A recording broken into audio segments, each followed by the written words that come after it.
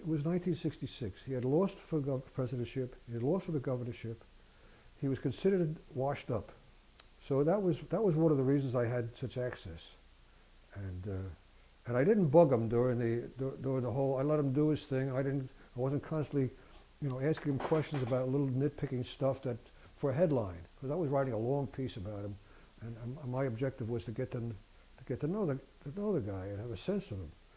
So, but he would still say to Buchanan and to the congressman, what's he want for? What's he here for?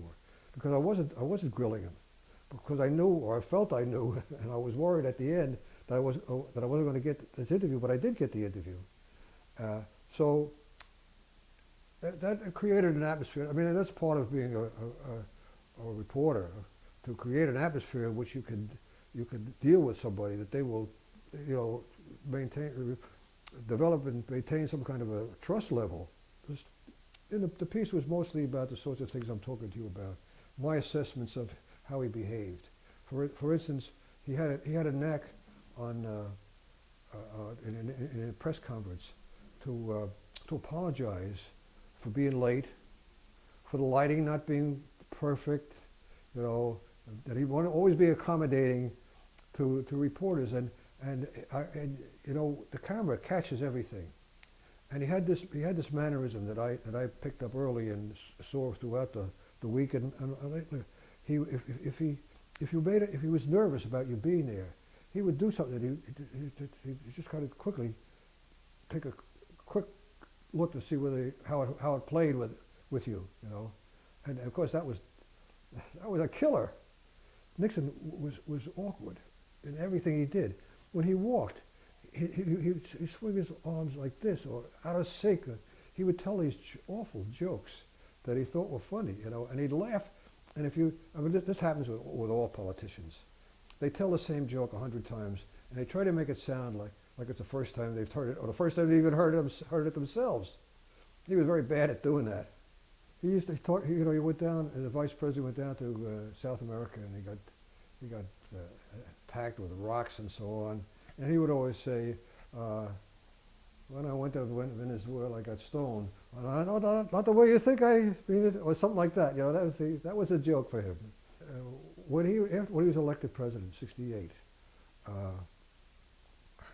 he went down to Key Biscayne in Florida, where he vacationed his buddy B.B. Rebozo had a place there, and so I was covering the Nixon transition after he was elected, and so a press plane was put together for all reporters to bring their families to be at Christmas. It was Christmas time, and we all flew down, and we landed at an air base outside of Miami called Olmsted Air Base, and we got there in our plane, 20 minutes or so before Nixon's came in on his plane. We were all standing there with our families, and there was some servicemen on the base were lined up to see the president-elect. The plane came in, and he got out, and he saw them all over there. He went over and shook hands with the servicemen and so on. And then he came and he saw all of us with our families. So it was Christmas time and so on. So he comes over and meets some of the families, and so he came over to me, and I introduced him to I had 2 or 3 kids at the time, and I had 3 kids, and my daughter, who was then 8 years old, I introduced him to her, and he looked at her, and she looked at him. He looked at her, and she looked at him, and it was just dead silence. And finally, he says to her, "I guess you're glad I got elected president so you could come to Florida for Christmas." To my daughter, 8 years old, see. And he went on, he walked off. Whereupon my 8-year-old daughter says, "Gee, yeah, he didn't know what to say to me, did he?" He was very awkward, and he was very self-conscious, and he was very insecure for somebody who had achieved as much as he did. I remember once I was interviewed on some radio or television show, and they asked me, what would be the one word that you would describe your, your, your feeling toward Richard Nixon? And I said sympathy. When the person who interviewed me was surprised to hear you say that. And I said, well, why do you say that? I said, because for a man who has been so accomplished and so prominent, his insecurity was very weird. He had demonstrated he had no reason to feel so insecure, but he constantly was.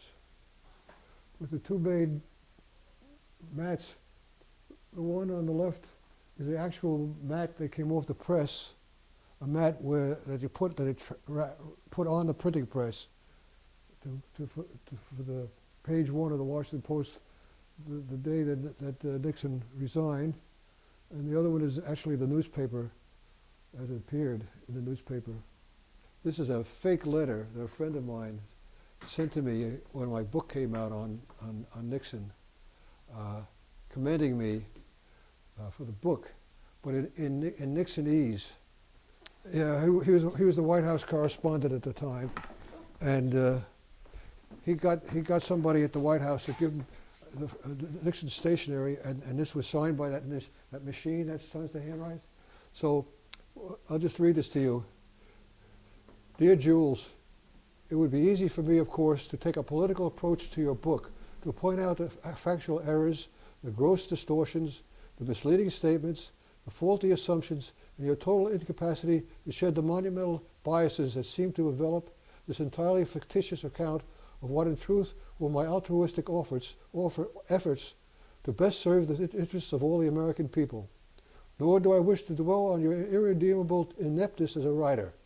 Instead, let me say this, and I'm being very, very frank on this point, regardless of how it may be interpreted by many of our so-called commentators. Jules, you did an excellent job on that title. The title was The Resurrection of Richard Nixon.